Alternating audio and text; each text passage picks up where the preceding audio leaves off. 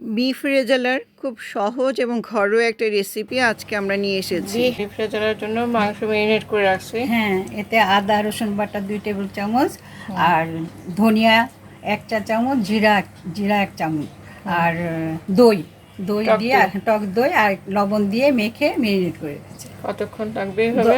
10 minute 15 minute, 10 থেকে 15 minute. 10 minute পরে এটা চুলায় আমরা আসবো। আমরা মাংস বিফ ম্যারিনেট করে রেখেছিলাম, সেটা এখন আমরা রান্না করব। পরিমাণ মতো তেল দিচ্ছি। পরিমাণ মতো সয়াবিন সাদা তেল। হ্যাঁ,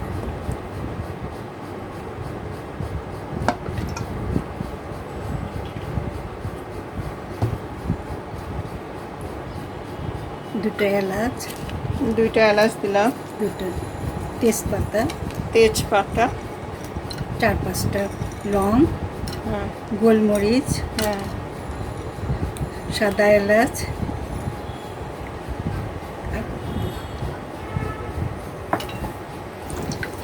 এই মশলাগুলো একটু আমরা তেলের মধ্যে এখন ভেজে নেব না? আর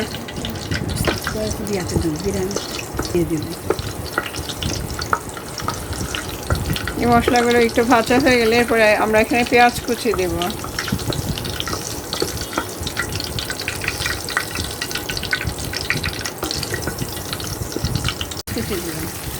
পেঁয়াজ কুচি কত আছে এখানে? প্রায় 1 কাপের মতো।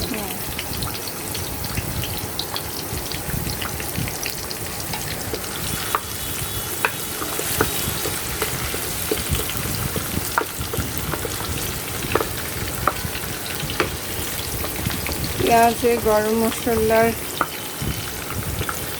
মিলেমিশে গন্ধটা খুব সুন্দর আসছে।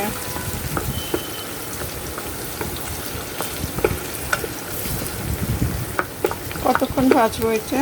এটা একটু লাল বাদামি হলে মাংস দিয়ে দেবো, রংটা বাদামি হবে। পেঁয়াজটা ভাজা ভাজা হয়ে আসছে, এখন আমরা কি করব? মাংসগুলো দিয়ে দিচ্ছি, ম্যারিনেট করা মাংসগুলো। আচ্ছা, এই মাংস আমরা ম্যারিনেট করে রেখেছিলাম।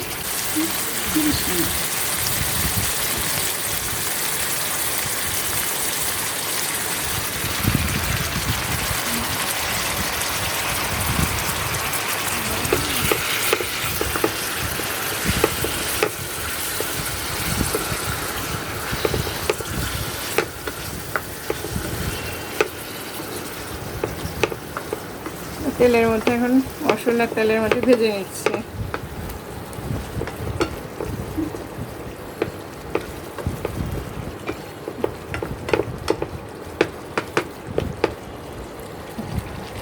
দেখুন কি সুন্দর একটা রং আসছে টক দই দেওয়াতে।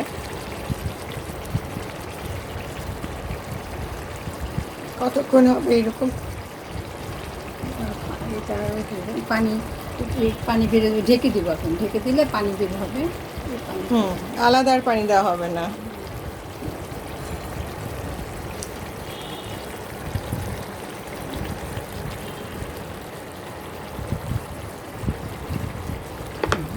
পানি বেড়ে গেছে।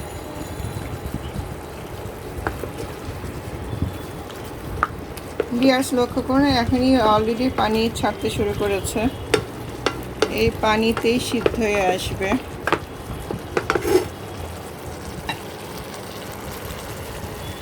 এখন ঢেকে দিব।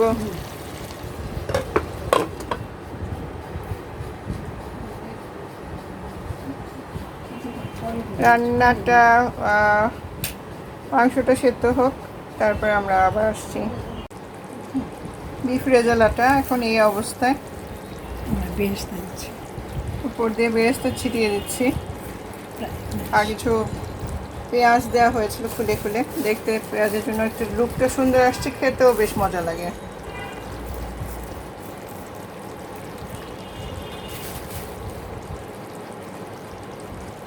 Final look.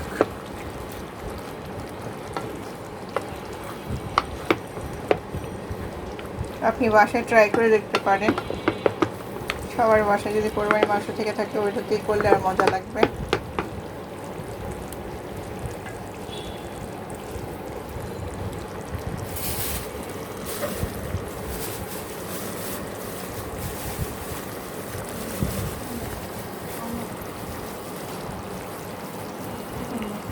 এটা আর কিছুক্ষণ থাকবে চুলায়, তারপর আমরা নামিয়ে ফেলবো।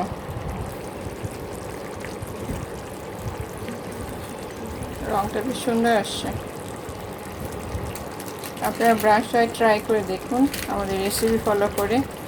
আর সবার কাছে অনুরোধ থাকবে আমাদের চ্যানেলটা সাবস্ক্রাইব করার। আর নতুন নতুন রেসিপি নিয়ে আসবো আপনাদের জন্য। পাশে থাকা বেল আইকনটি অন করে রাখবেন নিত্য নতুন নোটিফিকেশন পাওয়ার জন্য।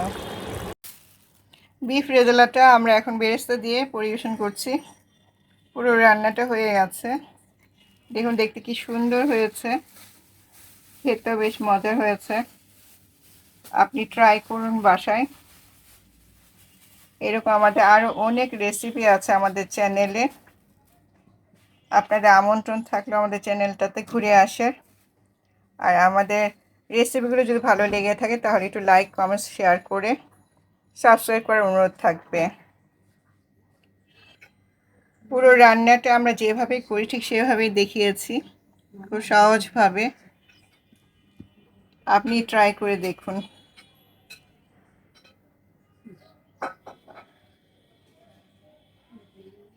খেতে পোলাওয়ের সাথে ভাতের সাথেও খেতে ভালো লাগবে, খিচুড়ির সাথেও।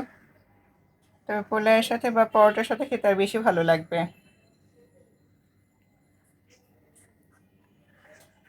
আজকে এই পর্যন্ত, আবার নতুন কোনো রেসিপি নিয়ে আসছি আপনাদের জন্য। আমাদের সঙ্গে থাকার অনুরোধ থাকলো। সবাই ভালো থাকবেন। আল্লাহ হাফেজ।